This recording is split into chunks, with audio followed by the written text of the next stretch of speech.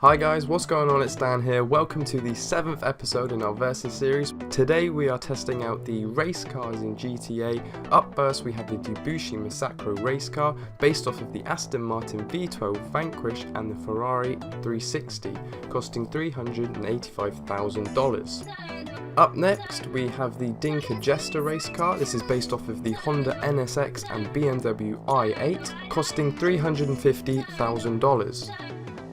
And last but not least, we have the Pegassi Bati 801RR, based off of the Ducati 848 Panigale and costing $15,000. Up first is the Cruise, and I'm going to hand it over to Ollie with our analysis on what car we think looks the best and sounds the best.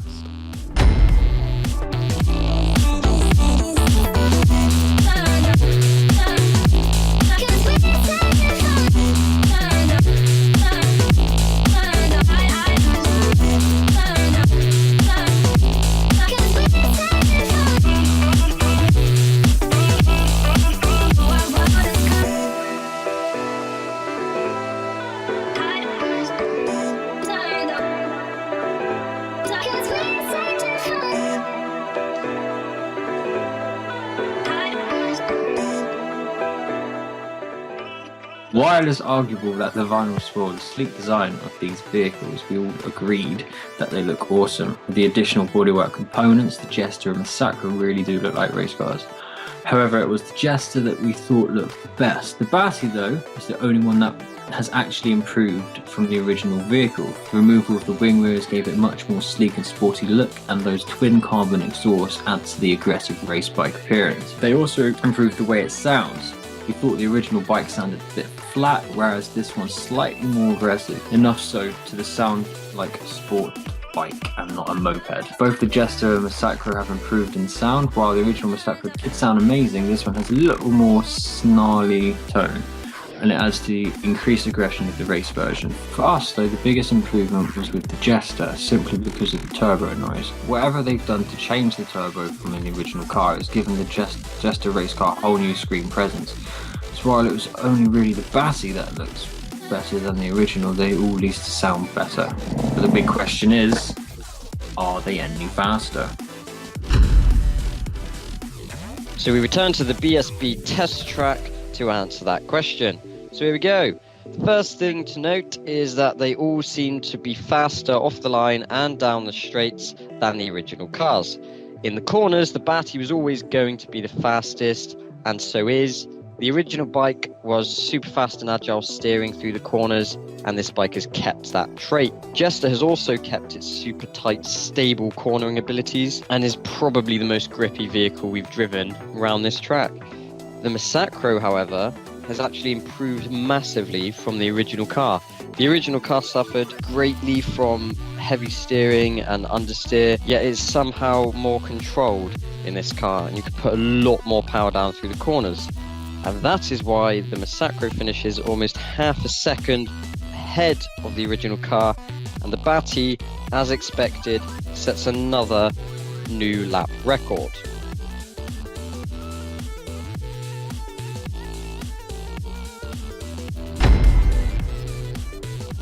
So now we move on to the drag race to see which of these three vehicles is fastest in a straight line. And to make this more interesting, we didn't do a wheelie with the Bati, and that's why it had less good launch than the other two, but its acceleration still enabled it to take over the Jester in the end. But the interesting thing is the Massacro beat the Bati overall. And if you'd like to find out how the stock vehicles of these cars fared against each other, check out the links on the screen now or later in the description. On to customization now. Here we test out to see which car has the most unique upgradable features on them. Up first is the Dinka Jester. This has a total of 18 unique upgradable features. 2 front bumpers, the custom front splitter with carnards and carbon splitter and carnards. It has 2 rear bumpers, painted rear diffuser and carbon rear diffuser. 3 exhaust upgrades, the oval exhaust, the chrome tip exhaust and the race exhaust. 2 roll cage upgrades, the roll cage and chassis upgrade and the roll cage and race modifications upgrade. 1 roof upgrade, the roof louvre.